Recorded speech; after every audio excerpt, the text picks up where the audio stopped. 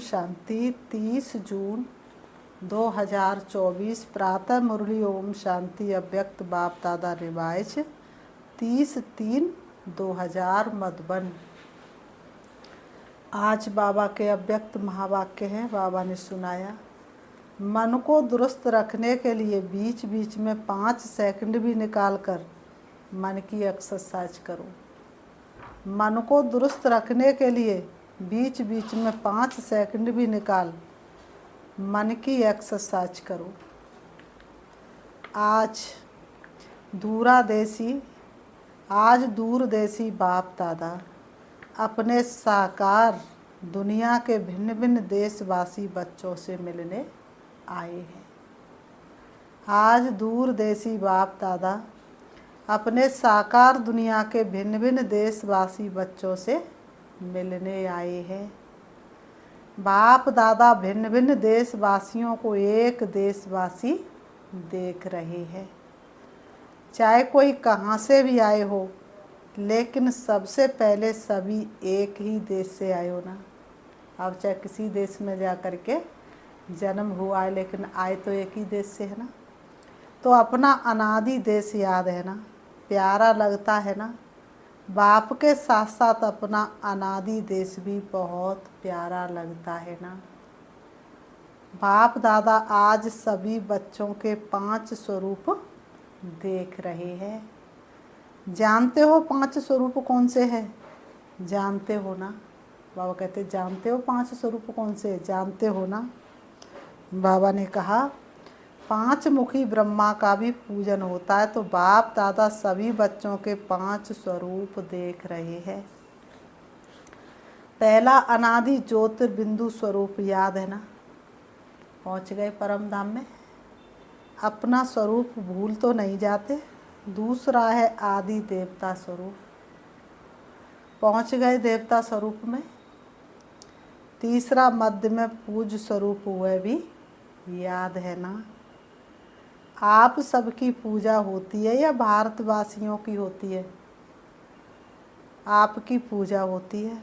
कुमार सुनाओ, आपकी पूजा होती है ना। तो तीसरा है पूज्य स्वरूप, चौथा है संगम युगी ब्राह्मण स्वरूप, और लास्ट में है फरिश्ता स्वरूप। तो 5 ही रूप याद आ गए।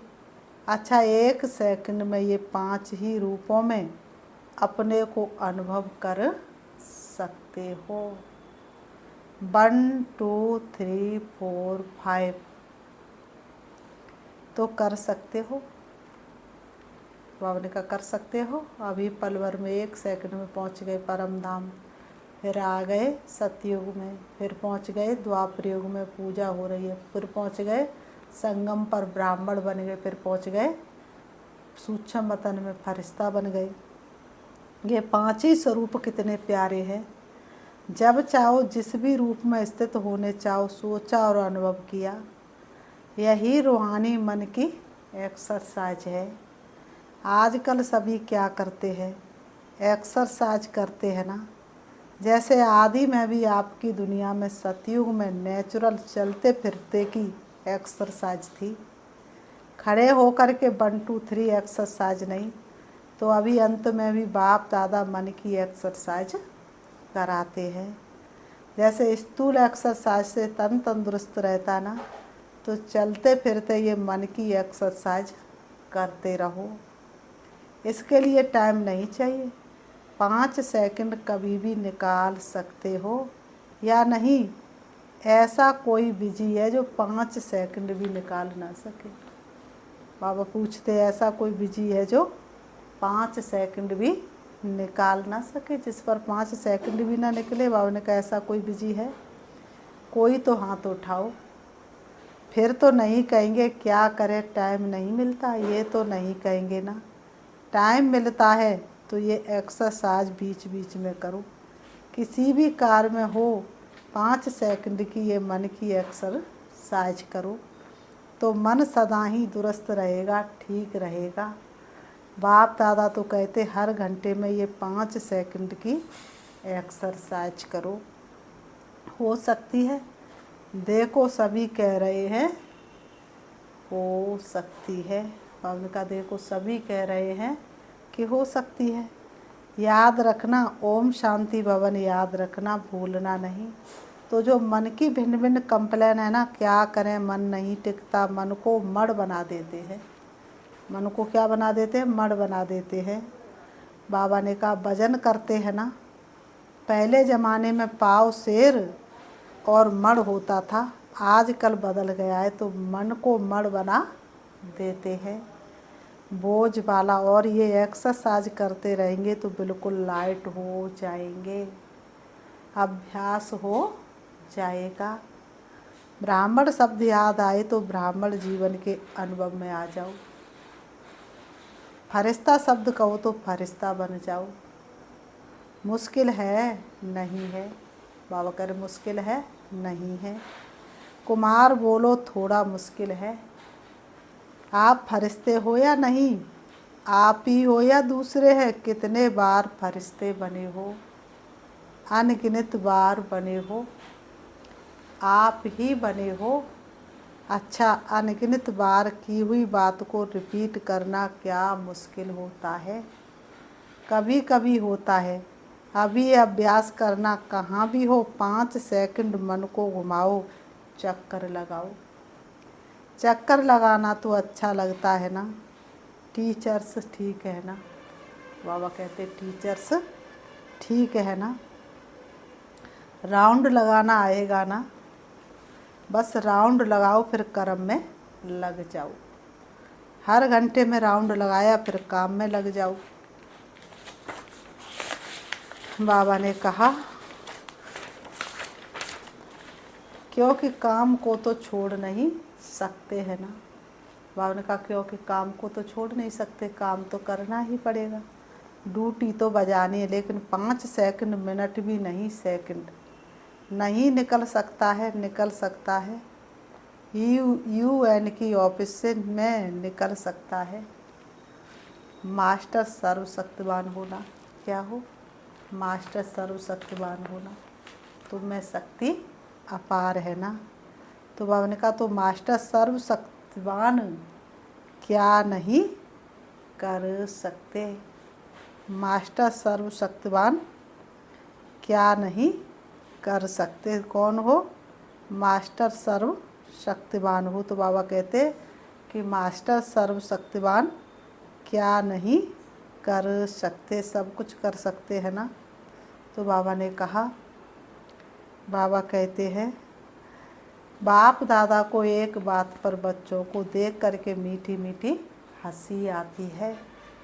किस बात पर? चैलेंज करते हैं, पर्चा छपाते हैं, भाषण करते हैं, कोर्स कराते, क्या कराते हैं? हम विश्व को परिवर्तन करेंगे। ये तो सभी बोलते हैं ना या नहीं? सभी बोलते या सिर्फ भाषण करने वाले ही बोलते हैं? तो एक तरफ कहते हैं विश्व को परिवर्तन करेंगे, मास्टर सर्वशक्तिवान है, और दूसरी तरफ अपने मन को मेरा मन कहते हैं। मालिक है मन के और मास्टर सर्वशक्तिवान के, फिर भी कहते हैं मुश्किल है। तो हंसी नहीं आएगी? आएगी ना हंसी? मैंने कहा तो हंसी नहीं आएगी, आएगी ना हंसी। तो जिस समय सोचते हो मन नहीं मानता, उस समय अपने ऊपर क्या करना? मुस्कराना। मन में कोई भी बात आती है तो बाप दादा ने देखा है 3 लकीरें गाई हुई है। एक पानी पर लकीर, पानी पर लकीर देखी है, लगाओ लकीर तो उसी समय मिट जाएगी।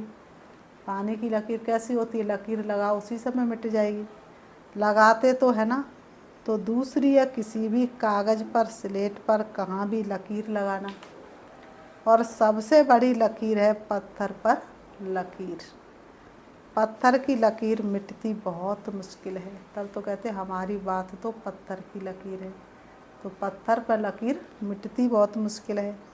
बाप दादा देखते हैं कि कई बार बच्चे अपने ही मन में पत्थर की लकीर के मुआफिक पक्की लकीर लगा देते हैं, जो मिटाते हैं लेकिन मिटती नहीं है। ऐसी लकीर अच्छी है, कितना बारी प्रतिज्ञा भी करते अब से नहीं करेंगे, ऐसा काम अब से नहीं करेंगे, अब से नहीं होगा। पर बाबा ने कहा लेकिन फिर परवश हो जाते हैं। इसलिए बाप दादा को बच्चों पर घृणा नहीं आती है। बाबा ने कहा रहम आता है, घृणा नहीं आती बल्कि रहम आता है। परवश हो जाते हैं तो परवश पर रहम आता है। जब बाप दादा ऐसे रहम भाव से बच्चों को देखते तो ड्रामा के पर्दे पर क्या आ जाता है, कब तक। ड्रामा के पर्दे पर क्या आ जाता है, ऐसे कब तक। तो इसका उत्तर आप दो, कब तक। कुमार दे सकते हैं, कब तक ये समाप्त होगा। बहुत प्लान बनाते हो ना कुमार, तो कब तक बता सकते हो। आखिर भी ये कब तक बोलो, जवाब आता है कब तक। बाबा कहते कब तक, जवाब आता है। दादियाँ सुनाओ, जब तक संगम युग है तब तक थोड़ा थोड़ा रहेगा।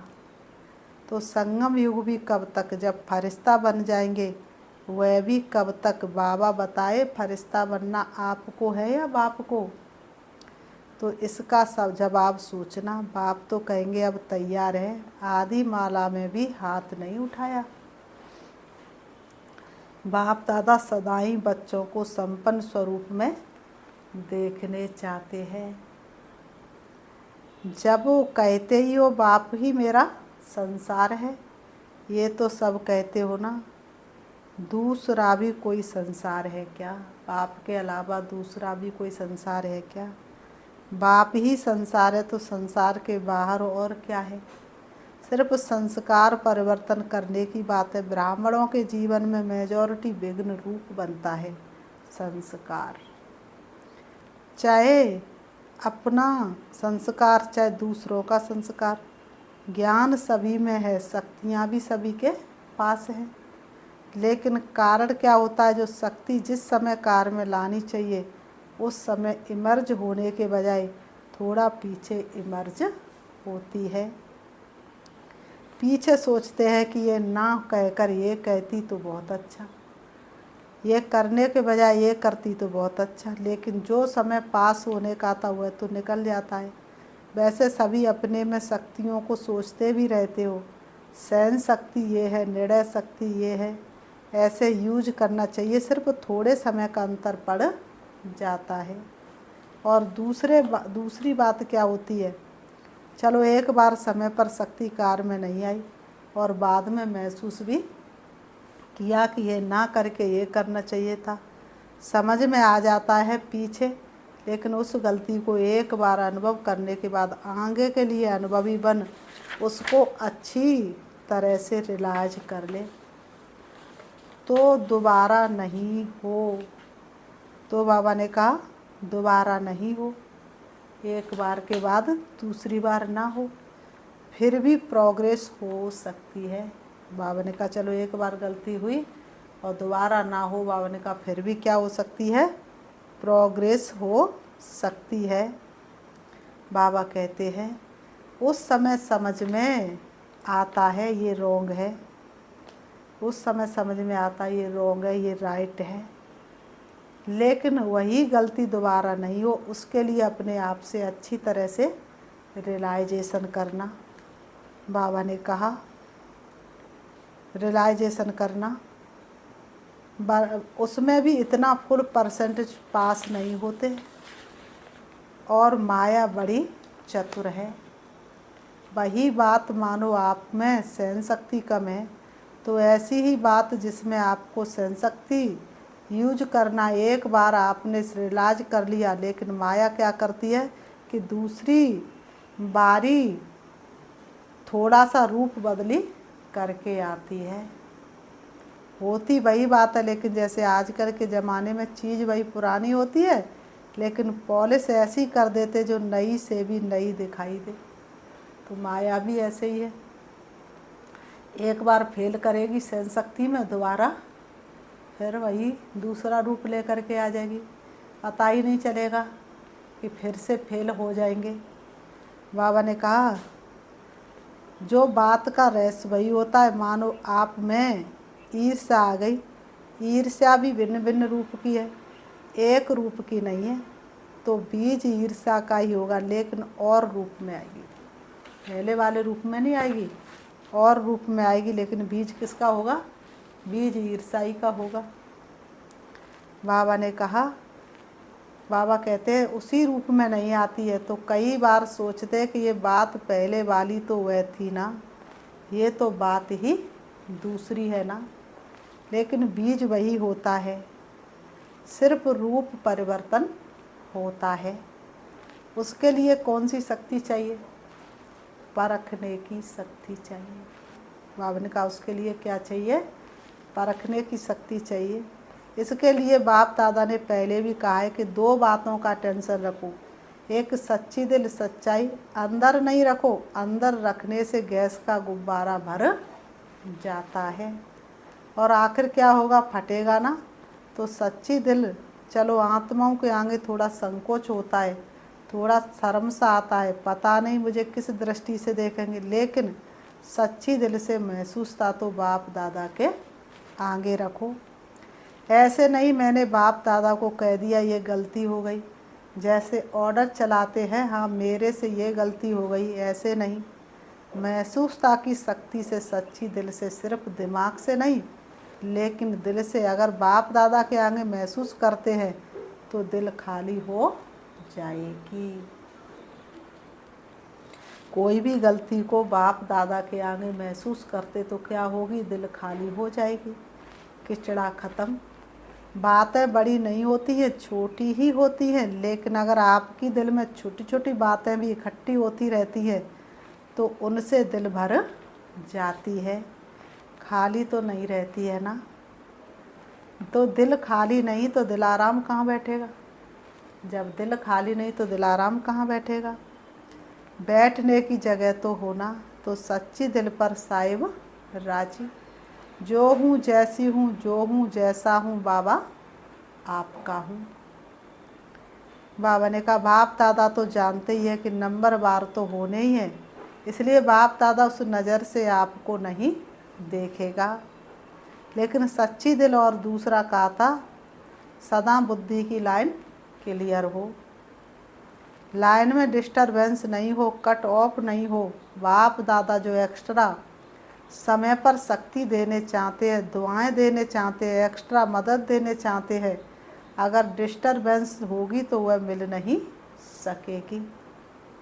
लाइन क्लियर ही नहीं है, क्लीन नहीं है, कट ऑफ है, तो ये जो प्राप्ति होनी चाहिए वह नहीं होती। कई बच्चे कहते हैं, कहते नहीं हैं तो सोचते हैं। कोई कोई आत्मा को बहुत सहयोग मिलता, ब्राह्मणों का भी मिलता, बड़ों का भी मिलता, बाप दादा का भी मिलता है। हमको कम मिलता है, कारण क्या है? बाप तो दाता है, सागर है, जितना जो लेने चाहें बाप दादा के भंडारे में ताला चाबी नहीं है, पहरेदार नहीं है। बाबा कहा जी हाजिर, बाबा कहा लो, दाता है ना, दाता भी और सागर भी है, तो क्या कमी होगी?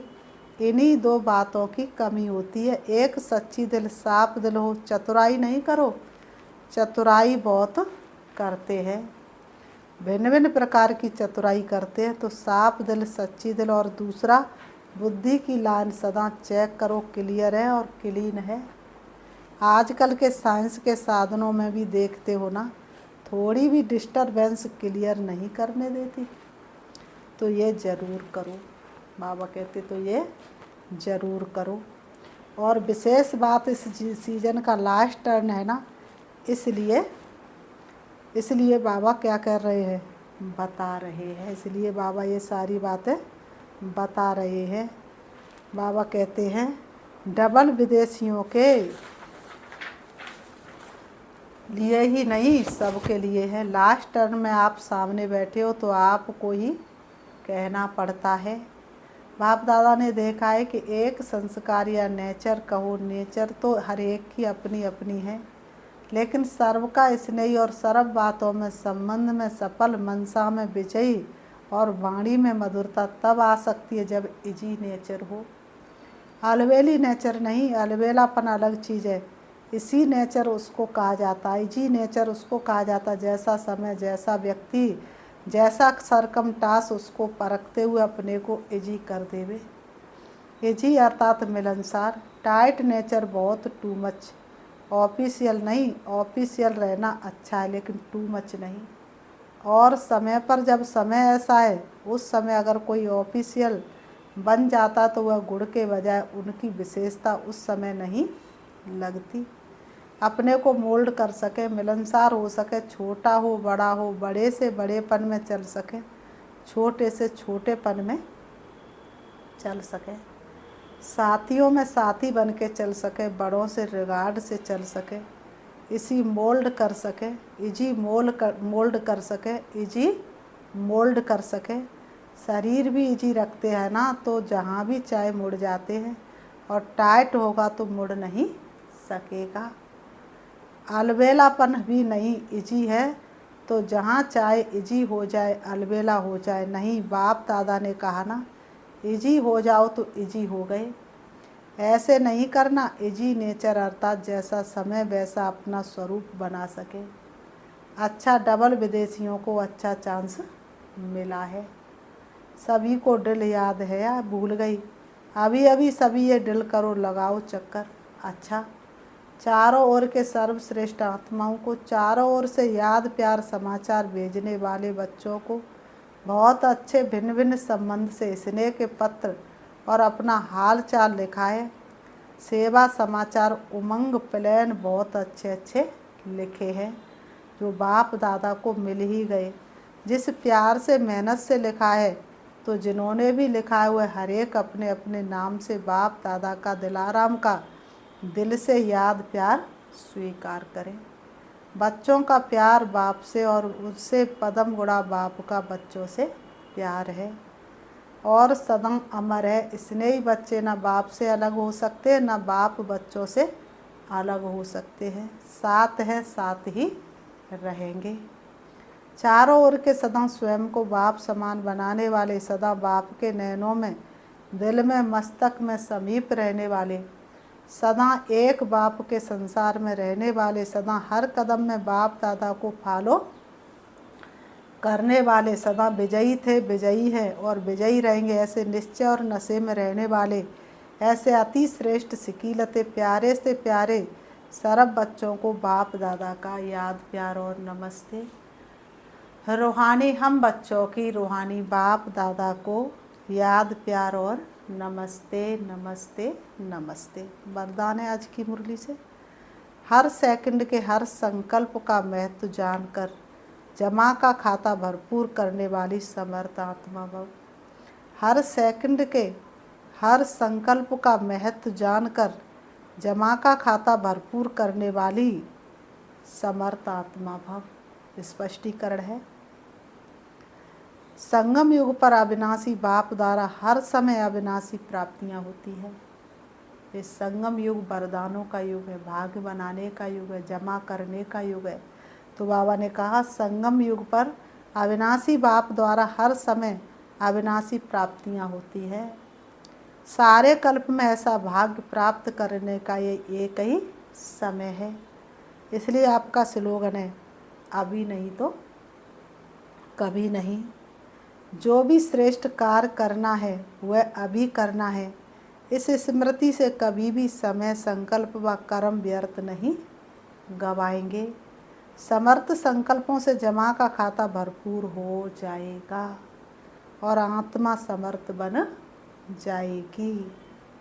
आज की मुरली से स्लोगन है, हर बोल हर कर्म की अलौकिकता ही पवित्रता है। हर बोल हर कर्म की अलौकिकता ही पवित्रता है। साधारणता को अलौकिकता में परिवर्तन कर दो। हर बोल हर कर्म की अलौकिकता ही पवित्रता है, साधारण को अलौकिकता में परिवर्तन कर दो। अच्छा, ओम शांति। आज बाबा ने 5 स्वरूपों की ड्रिल कराई, तो अभी हम 5 स्वरूपों की ड्रिल करते हैं। बाबा ने कहा 1 सेकंड में भी आप 5 स्वरूपों का अभ्यास कर सकते। 1 2 3 4 5 अर्थात 1 सेकंड में परम धाम में पहुंच सकते हो। 1 सेकंड में सतयुग में पहुंच सकते हो, 1 सेकंड में पूज्य स्वरूप में पहुंच सकते हो, 1 सेकंड में ब्राह्मण स्वरूप देख सकते हो, 1 सेकंड में फरिश्ता बन सकते हो। तो चलिए अभी हम पहुंचते हैं परम धाम। देखेंगे अपने आप को ज्योति बिंदु स्वरूप में, प्यारे शिव बाबा के सन्मुख अपने को देखेंगे। मैं आत्मा मुक्त अवस्था में हूँ, बंधन मुक्त हूँ, परमात्म छत्र छाया के नीचे हूँ, परमात्म सुखों का अनुभव कर रही हूँ। मैं बाप को देख रही हूँ, बाप की नज़र मेरे ऊपर है। अब मैं आ जाती हूँ सतयुग में। सोने की दुनिया, सोने के सिंहासन, लक्ष्मी नारायण का राज्य है। सारी दुनिया सतो प्रधान है। एक मत, एक राज और एक भाषा, एक कुल और एक मर्यादा, चारों तरफ सुख शांति अपार है। पुष्पक विमान में मैं आत्मा बैठ करके उड़ रही हूँ। मेरे सिर पर डबल ताज है। देवताएं चारों तरफ विचरण कर रहे हैं, चारों तरफ हरियाली है। अब मैं आत्मा आ जाती हूँ द्वापर युग में। बड़े बड़े मंदिरों में भक्तों ने मेरी मूर्ति को सजा के रखा है। हजारों भक्तों की भीड़ मेरे सामने है। घंटा घड़ियाल बज रहे हैं। मैं संपूर्ण अवस्था में हूँ। सारे भक्तों को मन इच्छित फल दे रही हूँ। अब मैं संगम पर आ गई। मैं ब्राह्मण हूँ। बाप दादा का वरदानी हाथ मेरे सिर पर है। सर्व वरदानों से मैं फलीभूत हूँ। संपूर्ण ब्राह्मण परिवार मेरे सामने है। दादियाँ मेरे सामने है। समस्त पूर्वजों का वरदानी हाथ मेरे सिर पर है। मुझे बहुत हल्कापन महसूस हो रहा है। परमात्मा से मैं मिलन मना रही हूँ। अब मैं फरिश्ता स्वरूप में उड़ जाती हूँ। सूक्ष्म तन में फरिश्तों की दुनिया में हूँ। बाप दादा मेरे सामने है, मेरा आह्वान कर रहे हैं। मैं फरिश्ता बाप दादा की भुजाओं में समा जाता हूँ। बाप दादा से निकलती हुई शक्तिशाली किरणें मुझ फरिश्ते के अंग अंग में समा रही हैं और मुझ फरिश्ते की चमक बढ़ती जा रही है। मुझ फरिश्ते से निकलती हुई शक्तिशाली किरणें विश्व के कोने कोने में फैल रही है। सर्व विश्व की आत्माओं का मैं कल्याण कर रहा हूँ। ओम शांति।